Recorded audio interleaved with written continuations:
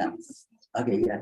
Horrible train situation. Yeah, I am grateful for your patience. One of the wonderful things about doing live work in New York City is it's New York City, anything can happen. And I have been in this before, tragedy on the tracks, and all I could think about was the late meeting that I was now stuck in the car for.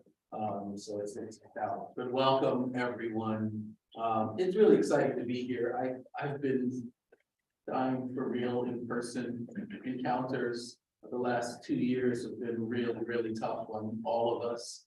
And those of us who lived 15, 16, 17 hours a day on Zoom, we wanted this, and I'm just glad to be here. Thank you for coming. I'm Dennis Mitchell. I am the Executive Vice President of University Life here at Columbia, and also the Senior Vice Provost for Faculty Advancement. Today's event really follows a pretty good tradition that we put in place around career disruptions, which is a conversation that we had in 2016, again in 2018, again in 2019, and which gather our scholars, activists, and artists to explore the ways that queer studies, politics, and practices could reimagine scholarship and generate new possibilities. We're also here to celebrate the LGBTQ+ initiative, the first of its kind in the United States to advance the recruitment of outstanding faculty whose work focuses on diversity and sexual orientation, gender identity, and gender expression, the experiences of LGBTQ+ people, and the challenges they face. We've had 2 rounds of hires thus far from this initiative and have launched the 3rd round this year. To date, we've brought in 6 stellar faculty in the fields of history, English and gender studies, nursing, religion, psychology, art history, and archaeology. Today's urgent conversation is on recent anti-LGBTQ+ legislation, its impact on LGBTQ+ youth, and the legal battles that face us ahead. I'd like to extend my gratitude to our panelists as I introduce them. I'm going to start in the center with Katherine Franke, who is the James L. Dohr Professor of Law here at Columbia Law School and the Director of the Gender Center. For the Center for Gender and Sexuality Law. Welcome, Katherine. Thank you, John. Katherine is a dear friend.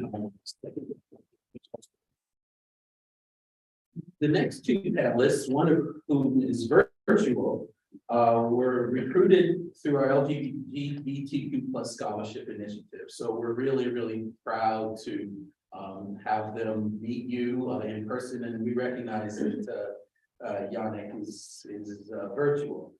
I'll start with John, who's here. John Freeman is the Associate Professor of Psychology at Columbia University and the Director of the Social Cognitive and Neurosciences Lab. So welcome, John. Yep. And Yannik Thiem. Yannik is on the screen, Associate Professor of Religion at Columbia University, and we are so grateful, Yannik. Thank you so much. Our moderator for today is Che Gossett, who is the Racial Justice Fellow and the Initiative for Our Just Society, the Center for Contemporary Critical Thought here at Columbia University, and a visiting fellow at Harvard Law School's Animal Law and Policy program. Thank you, Che, and I'm going to turn the rest of the afternoon over to you.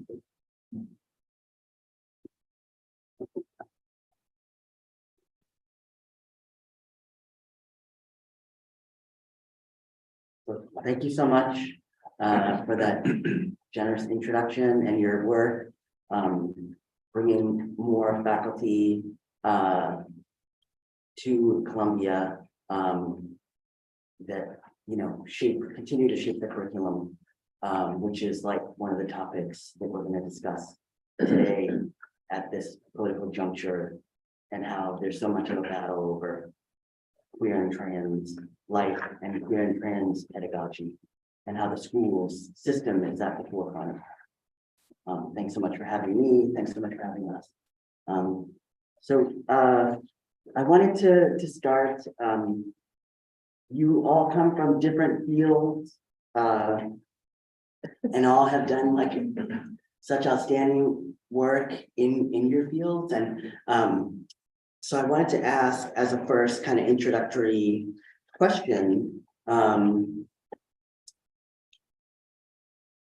what can we learn from your fields? So law, respectively law, psychology, religion, that, what are the methods or optics or theoretical resources that you all can bring to bear on this question of queer and trans youth existence and resistance in our current moment? And anybody can feel free to just to open. Yannik, since you're remote, you want to start? Bring you into the room? You're asking me? Sorry. I'm happy to start. I'm sorry I can't be there. I'm in COVID jail, so I didn't want to spread the joy. I think unfortunately religious studies can adds quite a bit at this moment, particularly because so much of the anti-trans legislation is animated by Christian nationalists, the Christian nationalist right, and so it's and I think there's a through line actually from the anti-abortion, post-desegregation, anti-abortion battles to the current moment of anti-trans legislation. I also think so in religious studies, thinking where we think about and study how different theological discourses and different traditions work, it actually helps us to think about how where are the limits and possibilities for transforming and changing actually the normative constructs that by which people live, the limits of persuadability and the possibilities for that as well. And then third, I also think part of what is probably an important strand, at least in US history, that we sometimes lose sight of, is that there is, since actually the very first gay-oriented religious service happened in Atlanta, Georgia, July 1st, 1946. And since then, there have been religious groups that have focused on being queer inclusive. And so thinking about how queerness and religion isn't only in opposition, though very frequently it is in opposition to each other, I think can help us think through the various layers and complexities of how to struggle in this moment over the future of the polity.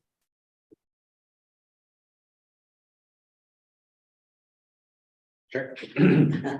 So yeah, I think psychology can offer a lot, certainly. I think from the perspective of, there's a lot of work with minority stress and the idea that sexual and gender minorities, racial minorities, et cetera, internalize the stigma, discrimination against them, and the kinds of detrimental effects this can have on mental health and physical health, even from chronic stress.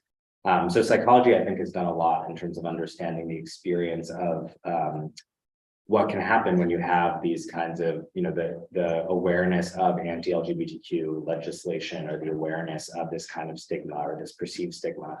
So I think that's a big contributor that, or a contribution psychology can make.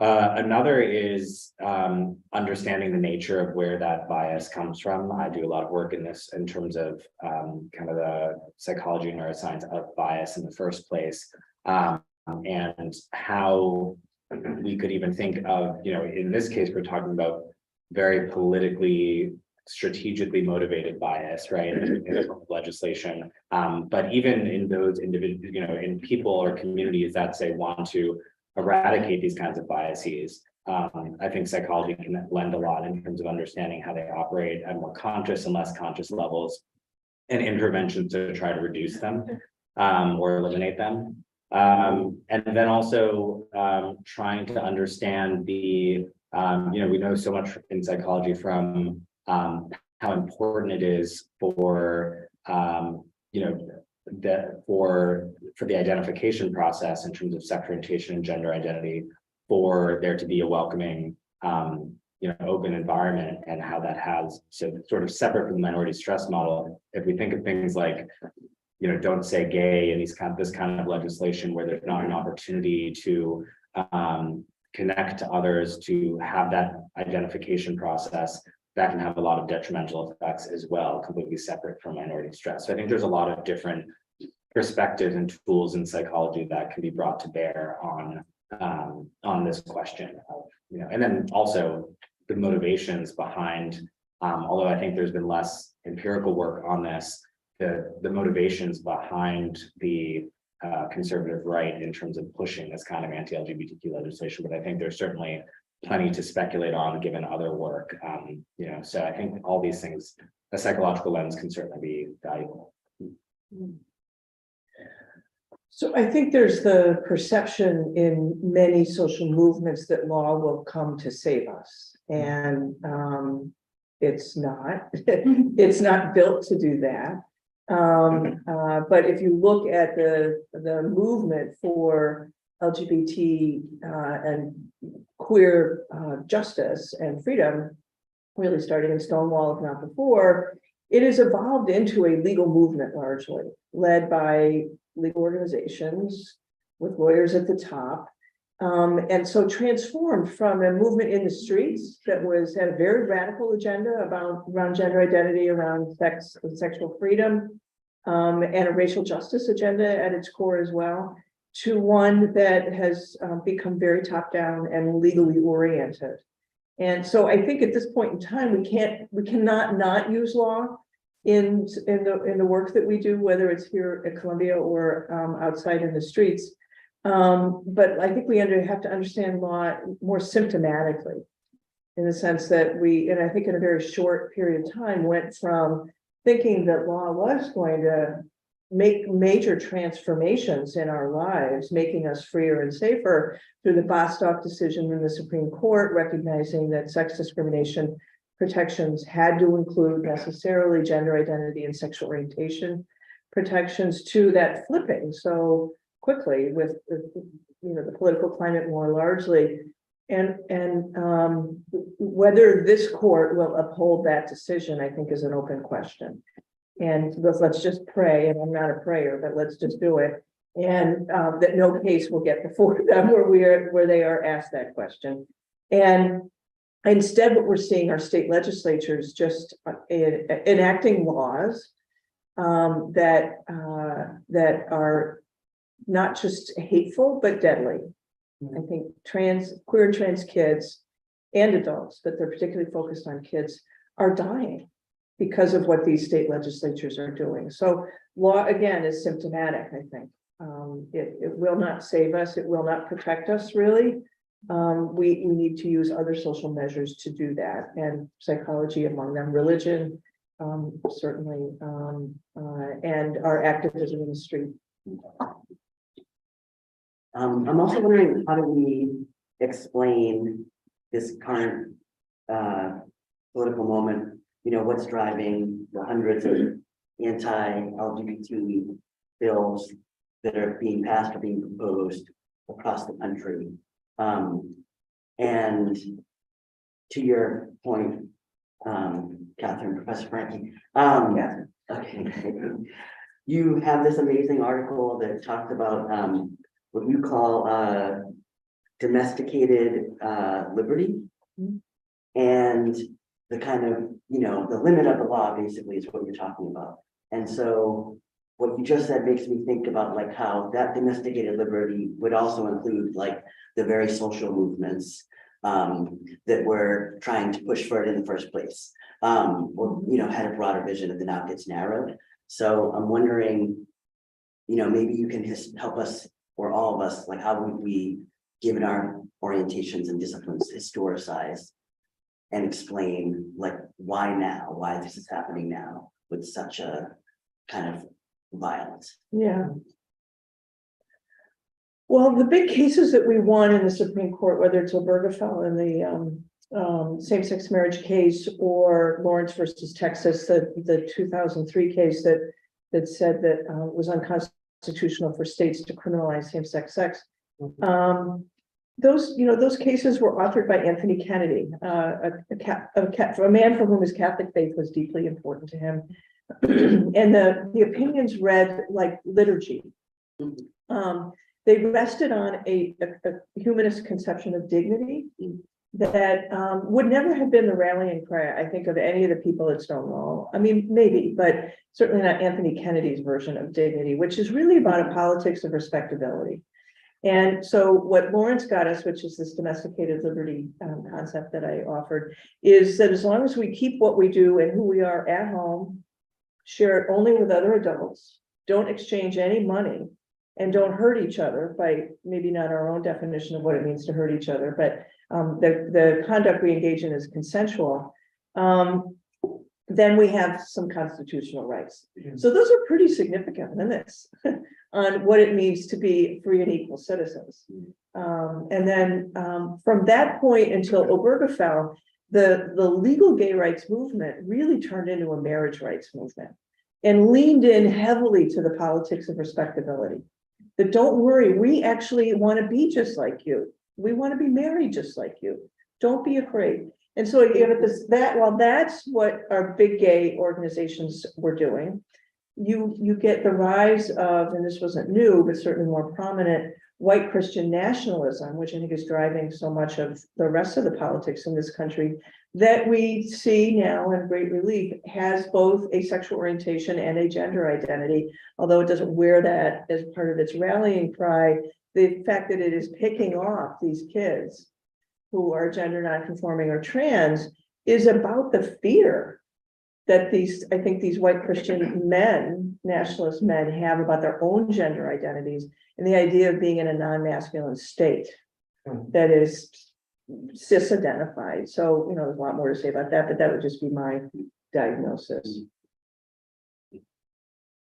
Yeah, I mean, I can, just speculate as to what has been going on, but building off that, I think it certainly seems like, as we're seeing right-wing authoritarianism across the world, right, that kind of resurgence of all of that, plus a particular moment that I imagine the right has seized in terms of, COVID and, this sort of anxiety or uncertainty that I think a lot of people have. Like, one of the things I think is interesting about, or not interesting, but additionally disturbing about the Don't Say Gay bill and about some of the other bills, and you probably know a lot more about this, specifically, but that, the sort of idea of grooming and drawing on this sort of, hysteria about pedophilia, but it's really shifting some of the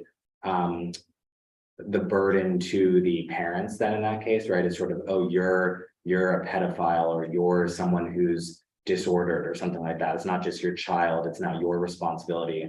And I think they're probably the locus of control in terms of, with COVID and this kind of perceived overreach that the government had in terms of, right, anti-vax culture and all this sort of thing, where we need to have vaccinations and they're going to mandate, school different things in schools. And I think there's kind of this moment in particular that might explain the exacerbation of what's going on, because you're now giving kind of parents this particular kind of control now, right? It's sort of, okay, we're not going to mention gender identity or teach gender identity or sexual orientation, whatever that means, from in early childhood education.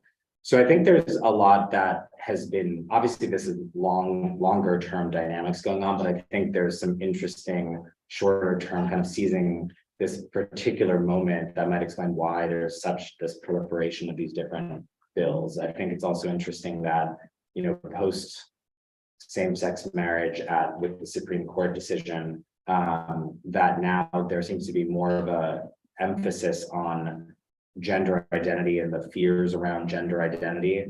And it seems a bit less so, sexual orientation. Again, it seems sort of an opportunistic kind of moment, sort of now that same-sex marriage and attitudes, if you look at the national level, have certainly shifted in accord with same-sex marriage. And there's even work showing that, before there was at the federal level, as each state had same-sex marriage legalized, you could see attitudes follow in a sort of consequent way, shift in a more positive, favorable manner. So sort of now that has kind of changed, I think now there's this hysteria around gender identity that is being seized, right? At the same time that there really are fairly dramatic changes in identification of, if you look at just the Gallup poll, it was sort of, I think, the national average is 7.1% of the US population identifies as LGBTQ.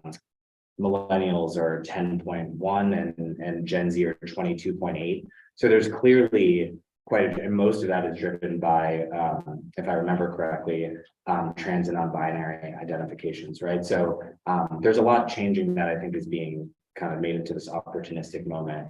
That might explain a small part of what's going on. Yeah, I just want to add to that. I think, as Professor Franke was saying, the fact that so much of our queer politics, the mainstream queer politics, relied on privatization, that necessarily breaks down the moment we add in trans and non-binariness, because a name, pronouns are qua usage public. There is no way for me to do my pronouns purely at home. And so I think that actually coincided with that moment of breaking the erosion of that privatization toleration truce. But it also, I think, fits into a longer history of the rise of the Christian nationalist right, which, I mean, I really do think sort of the through line goes to, I mean, as Du Bois says, the problem of the 20th century is the color line. It continues to be the color line. The Christian right and under Paul Weyrich, also the secular right settled actually on abortion as an issue because they were looking for, actually after Brown v. Board of Education, remind me, it's 1954, right? The fear was that in the South, they would lose tax money that was going to the usually Christian so-called segregation academies. And then eventually, actually toward the end of the 70s, so between 5 and 6 years after Roe v. Wade, they settled on abortion. Phyllis Schlafly says it was actually April 26, 1976 in Springfield at an anti-ERA rally that abortion became the issue, or pro-life.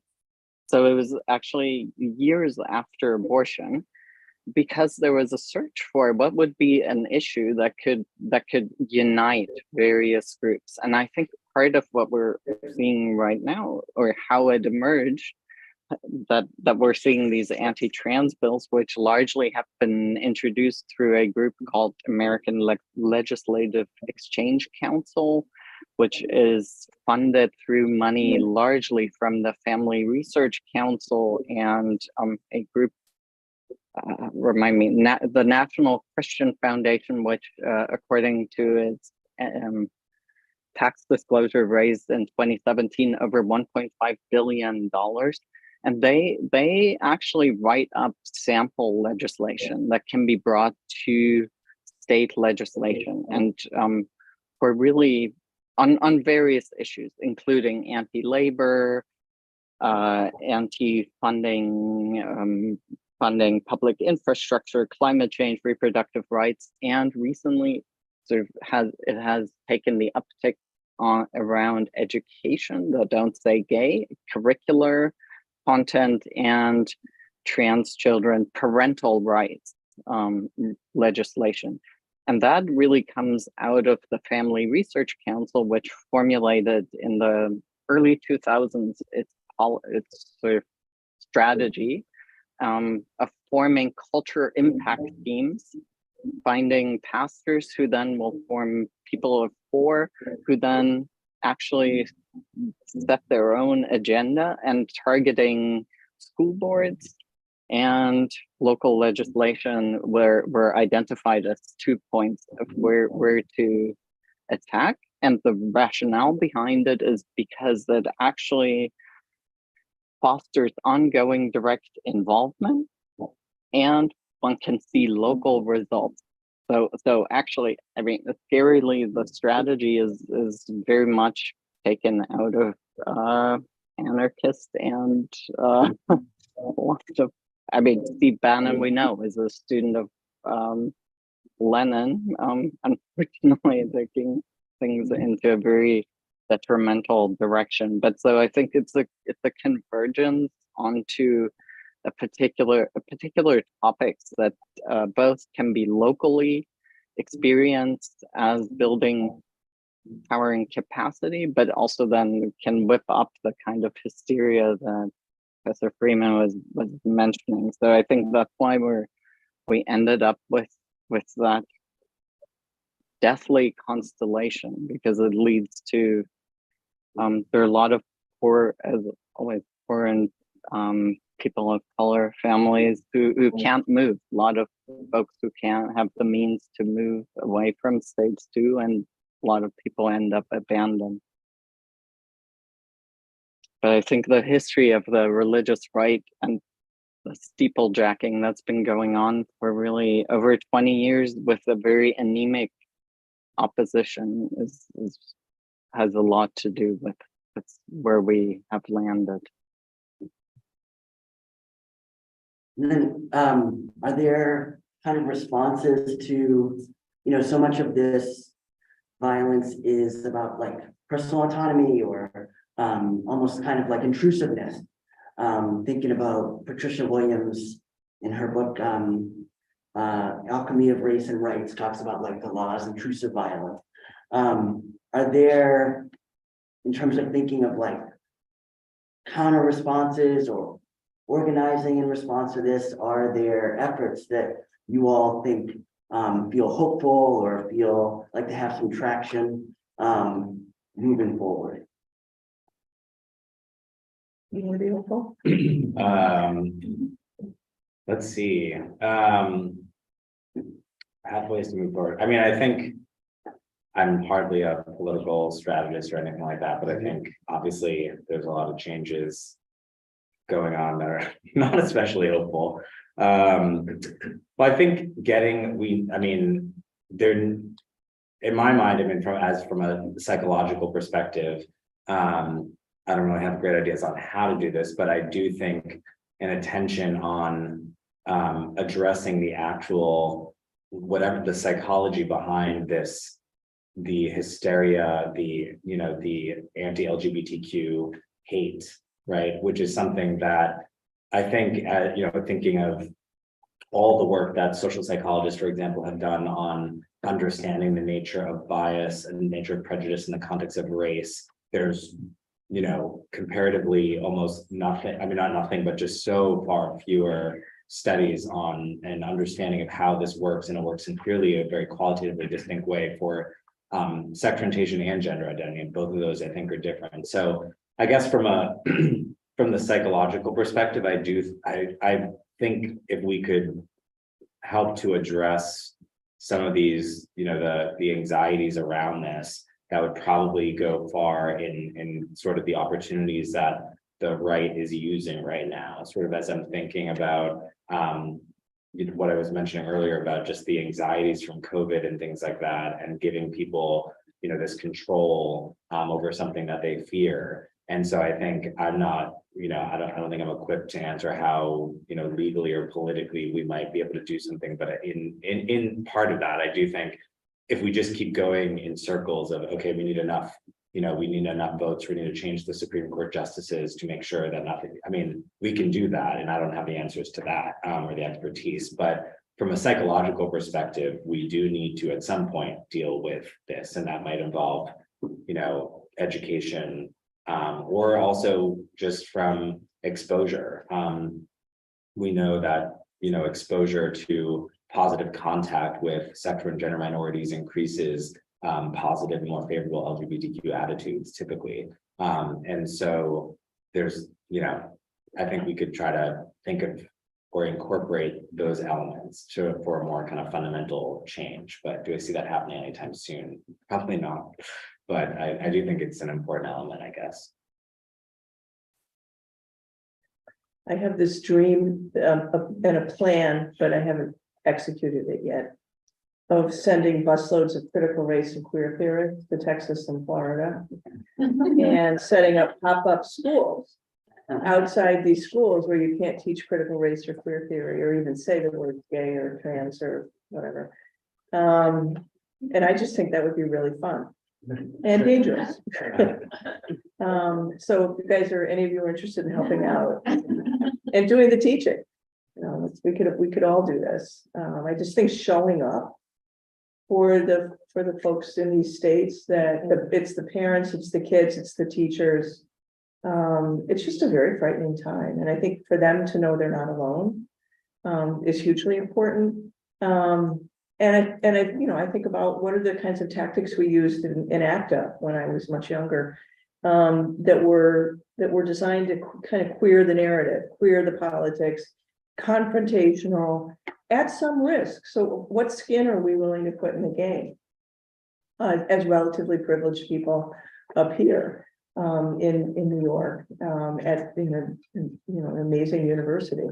And so I think that's a question for each of us, is what risks are we willing to entertain to show up for the people who really their lives are being threatened.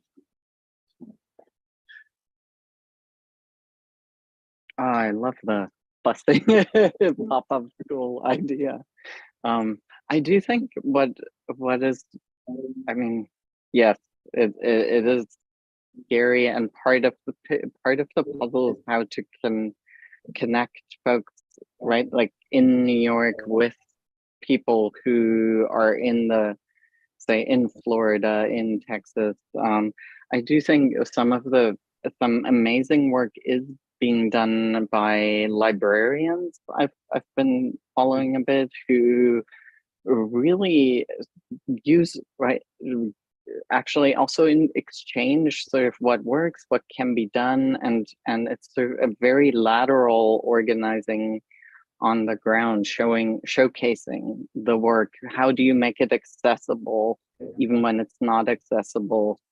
In Iowa, school kids formed reading groups on critical race theory because they said, we don't know what it is, but it's clearly forbidden, so we would like to read it. So I think sort of helping that, and there are some the Collegium of Black Women Philosophers has been getting PDFs together and sort of volunteering to help the kids to answer questions that they might have. So, and I think, and people have started to go to school board meetings. So part of what I think it is a very extremely scary moment, but the points where I find some hope is where we start organizing much more locally, rather than always looking to only national elections, and that sort of what does the Supreme, I mean, of course, the Supreme Court decisions, the Harper case sort of might do us all in ways that are scary beyond what we can imagine. But again, I think that the fact that also school kids are walking out, we've seen that vis-a-vis gun legislation, gun violence. Those are moments of politicization that I think that are about building local capacity and figuring out how we can help here across. Actually, I think that's sort of, I don't know.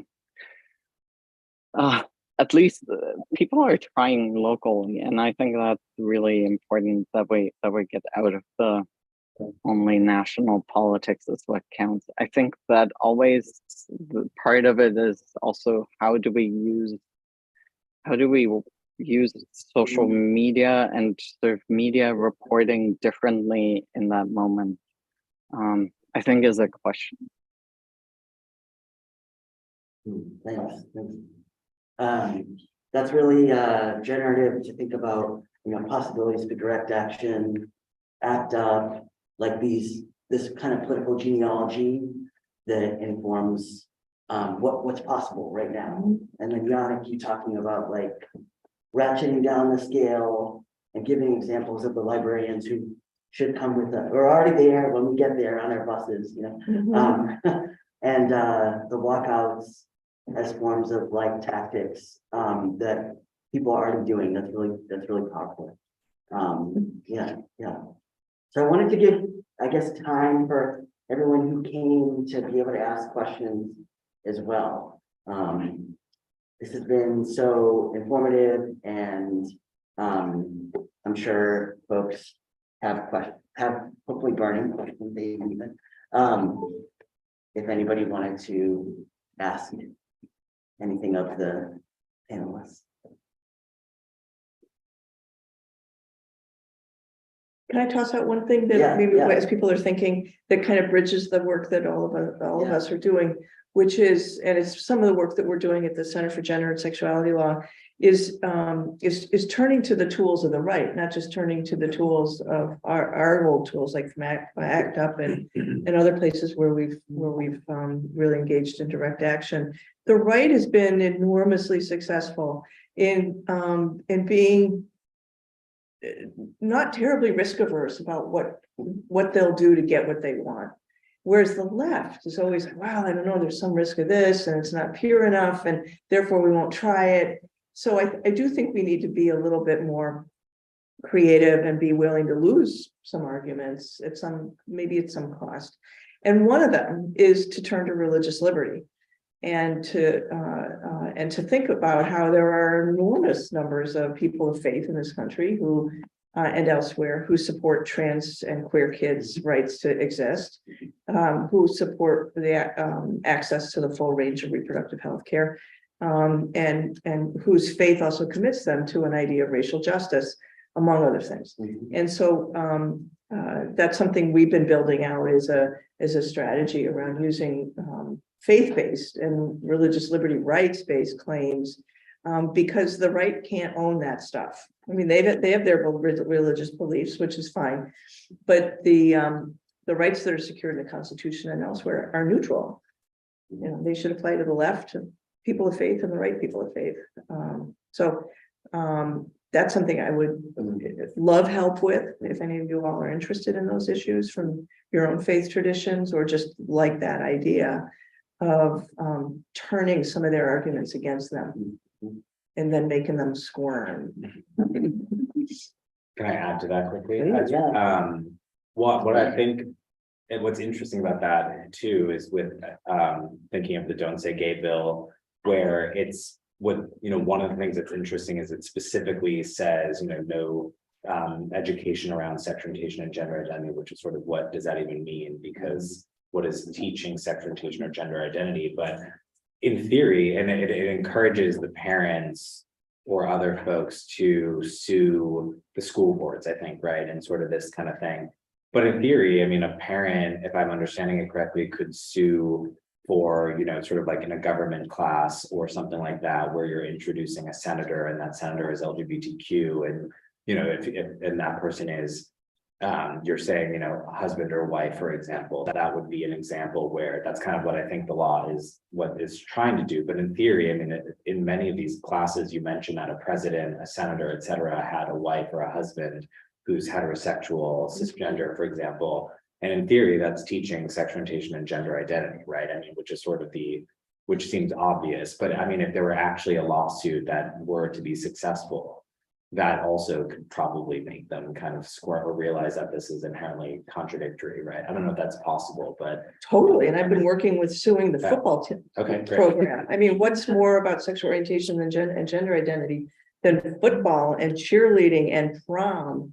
I mean, we all remember this, having that stuff hammered into our heads from day one, even like father-daughter come to school day Yeah. and, mother, sons come to school day, all that kind of stuff. So, but that doesn't count Yeah, as indoctrination in patriarchal norms. yeah. Hi, thank you for your thoughts and sharing your opinions and expertise. My name is Jordan. I'm a first year PhD student in the Department of Religion. And I'm really kind of like going off this idea of like homing in on what's happening locally and then carrying that along with like thinking about the limits of persuasion, like what's going to work, and then to your point, what you're saying about queering the narrative. And I think a lot of the narrative that I'm hearing just popularly is focusing around like this idea of revelry, like all this like this idea of like I'm really curious about like thinking about desire and pleasure as an affective aspect to hate. Like there seems like there's this aspect of like really being like revelry within, like being able to say that you are anti-LGBT, being able to say that, and I'm wondering what that might look like to queer the narrative in this moment where that's so much part of the conservative rights narrative, especially at the local level. What would it look like for youth maybe to bring in maybe an opposite to that, like shame, and saying like, no, I'm not going to be like participating in this prom and this heteronormative, like what if we use kind of this idea of collective and communal shame and as an opposition to what I'm seeing as this larger narrative of like revelrous like conservatism. Mhm. You want to speak to shame? Um, I love shame. Like, no, how much like you're doing this, like just no shame, no home training. Yeah. I just feel like Yeah. Well, you mean as a sort of activist approach, right? And from the way to intervene on this. Like politicizing that emotion for. almost like at a communal level. Like I'm thinking of like at a peer level, like I guess maybe like it can like go up to like that activist part, but I'm just trying to think about affectively, like what are the ways that we can respond to like what's happening. Yeah. Yeah, it's a great question. I don't know what would be, I mean, in terms of actual empirical work on this, in terms of, the psychology of persuasion, these sorts of things, this whole new, what I think you're talking about, this kind of new revelrous energy is not has not been the typical response, has not been the typical strategy, or this kind of a new, I think, response even to wokeness, right? And this kind of thing, in terms of, this is all a lot of newer kinds of things where, at least in the, empirical work on persuasion and these kinds of things, it's much more been about typical partisan debates and how do you, persuade there. So, I mean, in terms of what's empirically known, I mean, I could speculate, but just empirically, there really isn't a ton in this new environment. I mean, now a lot of psychologists are starting to look at this. But in terms of what I would speculate, I mean, I think something like shamelessness or just overt, having not allowing that kind of emotion to sit with someone and just kind of, responding in a totally overt way, I think in theory could be helpful, but I imagine it's not going to really, you have two groups that are essentially, in opposition. And I think one of the potential problems with this, casting sexual and gender minorities, liberals, et cetera, as like woke and as, emotional and as, overt, I think can all get lumped together. So I could also see it potentially backfiring. So I don't have a great, I don't know if it, I mean, others might have a thought, but I think sort of maybe trying to challenge that, the this oppositional thinking and from the get-go, I think, in that, I mean, which is a much harder issue. But it could be, you know, it's an interesting thing to think about, yeah. Thank you. You have a thought, Yannik? Yeah. I keep thinking, and I think somebody somewhere said sort of the cruelty is the point of what's going on the right, and sort of if you look at, you know, these MAGA rallies, like I think there's something this pleasure in being cruel, I think, sort of, and and then the other thing that from your comment that kept going around in my head is Bonnie Honig, the political theorist, at some point observed, right, no matter what liberals, progressives do, it always is coded as effeminate. And so, right, I was thinking, like, okay, like what would be, what are the, right, what is the difference? I wonder, like, is shame, I mean, at certain points I do think shaming works as long as somebody still has an ounce of caring about that. And it's not a bad strategy, but I wonder if actually the cruelty is the point, right? And or sort of a kind of just, and I think that the unbridled affect, I do think on the queer side we have a history of productively giving space to them. So the question would be, right, how do we mobilize that or allow entry points into that? But I do think there is one place where it simply is a battle over where do we want our polity to go? Because there is a kind of white supremacist masculinity that has to be given up.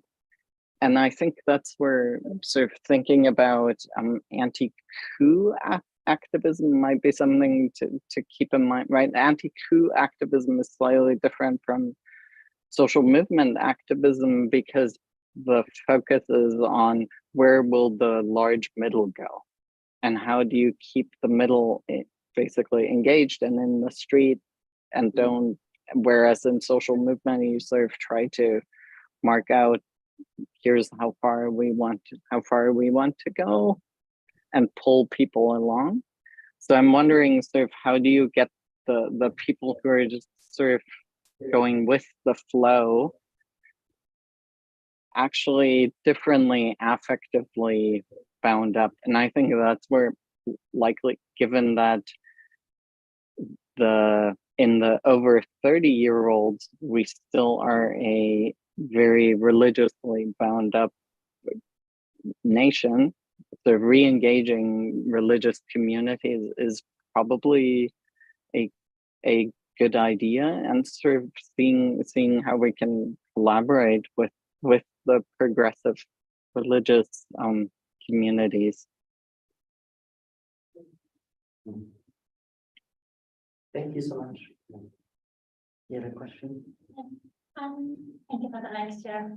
I'd like to ask about the Basel law.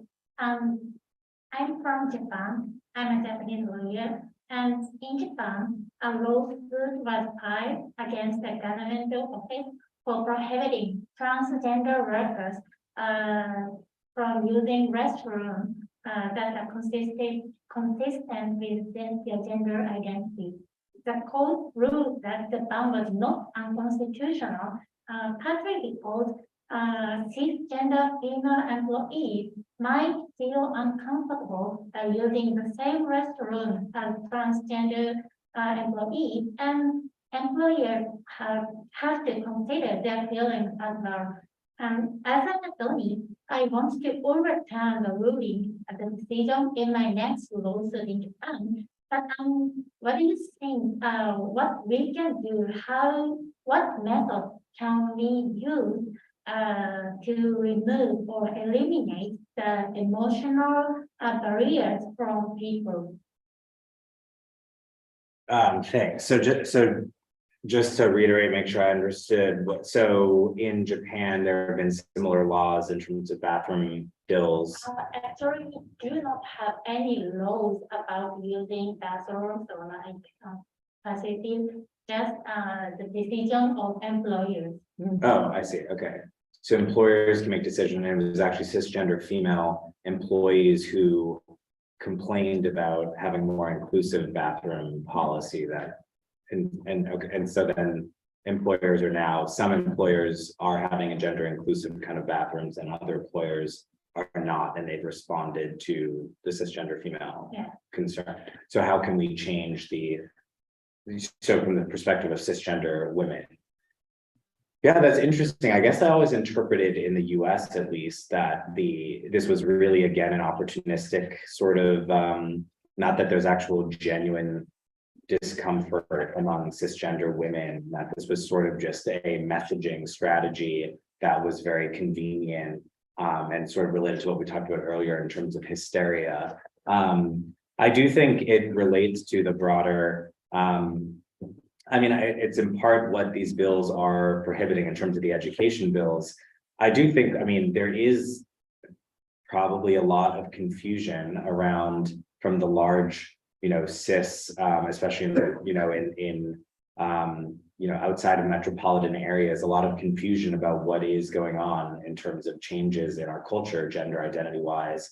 And I think because you have such strong politicized messaging from the right that centers on exactly this, that men are going to be exploitative, or cisgender men and go into women's bathrooms, and this sort of thing that from the statistics almost never happens, right?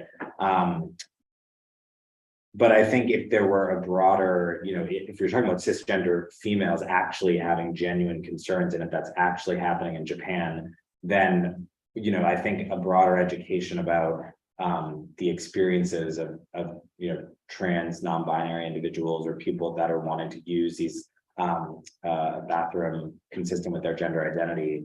I think just having more exposure, more education about that would probably help to alleviate the anxieties, right? But I think what I imagine is that it's the people that are the least exposed and have the least knowledge of actual trans individuals who wish to use a gender inclusive bathroom, that kind of those are the ones who have the most fear, right? And if they actually had exemplars, particular anecdotes, etc., that probably go a long way in alleviating it. But when you have the absence of that, not enough, I don't know the situation in Japan, but not any systemic education on just an introduction and exposure to these kinds of identities, it's not unreasonable to imagine that people are going to have a lot of fear because there's strong messaging existing and there's an absence of education and exposure to these kinds of identities for people that are unexposed.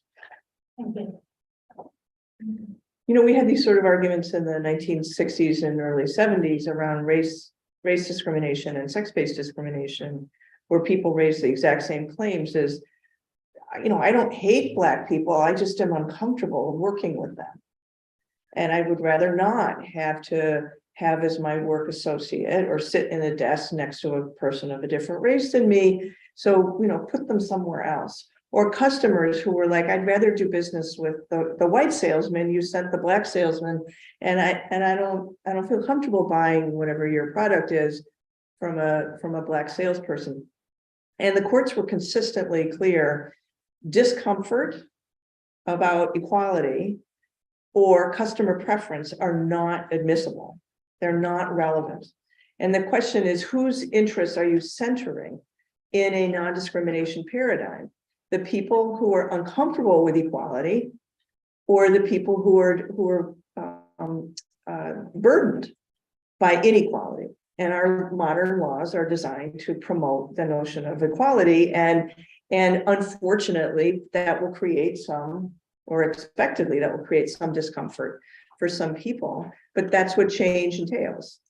So who has to bear the burden of that change? The folks for whom the change is being invoked on behalf of, or the people who aren't there yet? And that's a cultural conversation that has to happen in every community. And we can take just one more question. Yes. Hi, thank you all for your time. So I'm a master's student at Yannik, so public health. I'm currently working on my thesis. And it's sort of like the antithesis of like like what an inclusive, holistic like curriculum would look like. So my question, I guess, is if we were to get on a bus and like go to the Texas or Florida, like what specific parts of a curriculum do you think would be most important to promote like well-being among queer youth?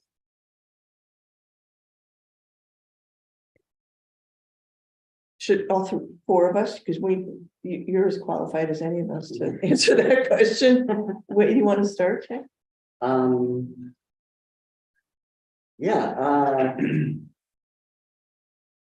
well, I guess I would, when I was in high school, I did HIV/AIDS like peer education.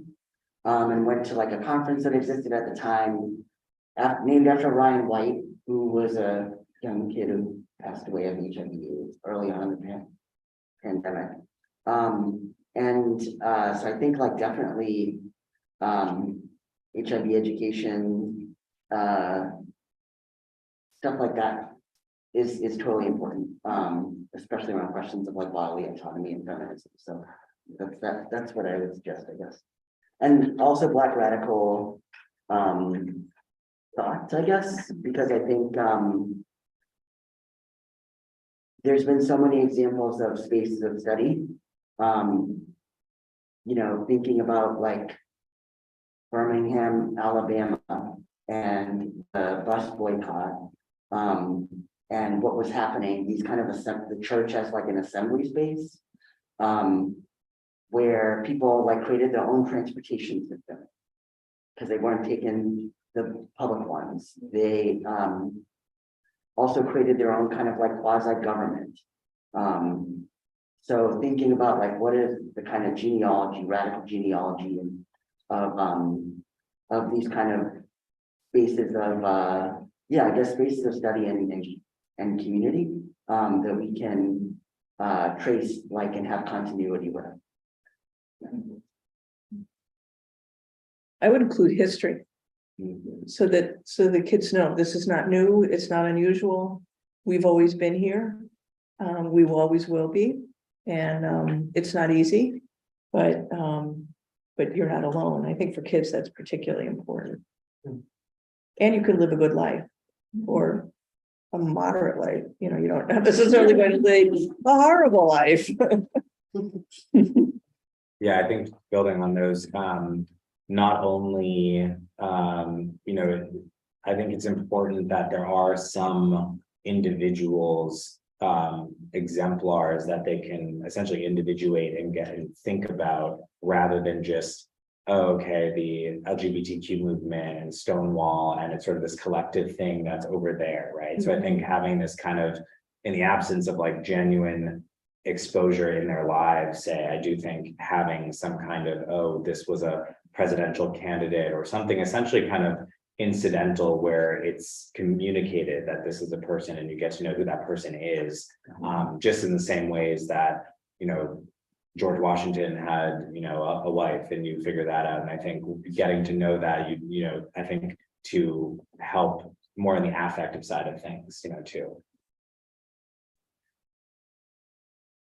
I would also add sort of the the religious aspects. There is queer affirmative strands in pretty much all traditions, and I also think for the I think it's important also for the parents to educate parents that and teachers, it really only takes one affirming adult to radically reduce the suicide likelihood for trans and queer youth.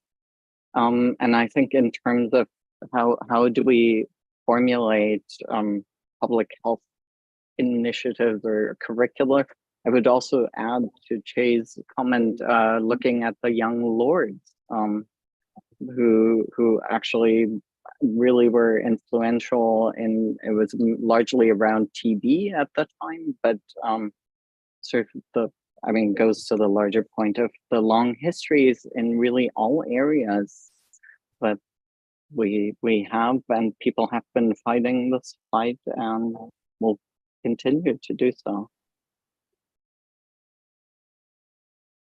Thank you so much, everybody, for coming. Thank you all for sharing your brilliance. We give everybody a round of